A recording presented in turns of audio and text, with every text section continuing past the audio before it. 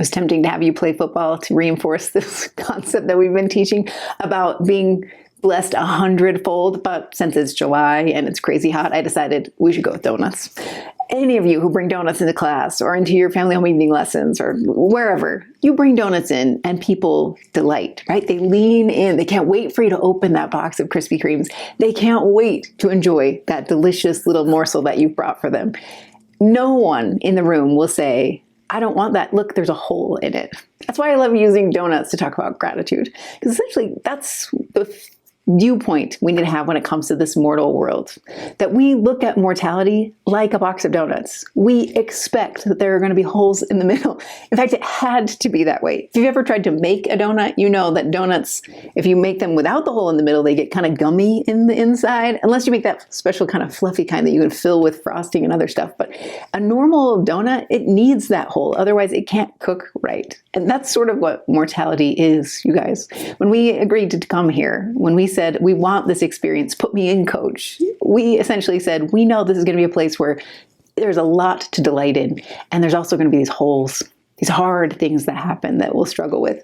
And I just thought it would be an easy way to reinforce it. So the printables this week are designed to help you do that. There's 2 different sizes. So there's kind of this bigger one that can hold a full-size donut, or I made these adorable teeny tiny ones so that if you want to get the gas station donuts that come in a bag, or those little sleeves of donuts, you could kind of break those up and pass them out in class. You could even tuck a napkin inside here and give your kids a treat while you talk about gratitude. Maybe you read from President Uchtdorf. So it's from his October 2012 address, and he said this: perhaps we should be looking less with our eyes and more with our hearts. I love the quote, one sees clearly only with the heart. Anything essential is invisible to the eyes. We are commanded to give thanks in all things. So isn't it better to see with our eyes and hearts even the small things we can be thankful for, rather than magnifying the negative in our current condition? The Lord has promised, he who receiveth all things with thankfulness shall be made glorious, and the things of this earth shall be added unto him even 100-fold.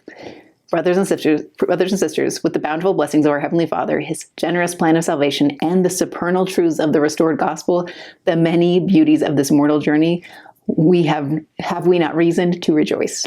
Let us resolve to be happy, regardless of our circumstances.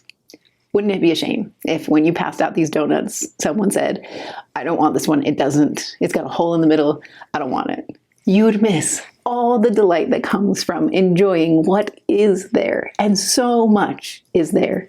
And that's what gratitude does. When you are grateful for what God has given you, grateful for the revelation he's given you, the knowledge you have, the healthy body that you have, the family you have, for all those things, despite the fact that there are holes in probably every one of those blessings. There are holes.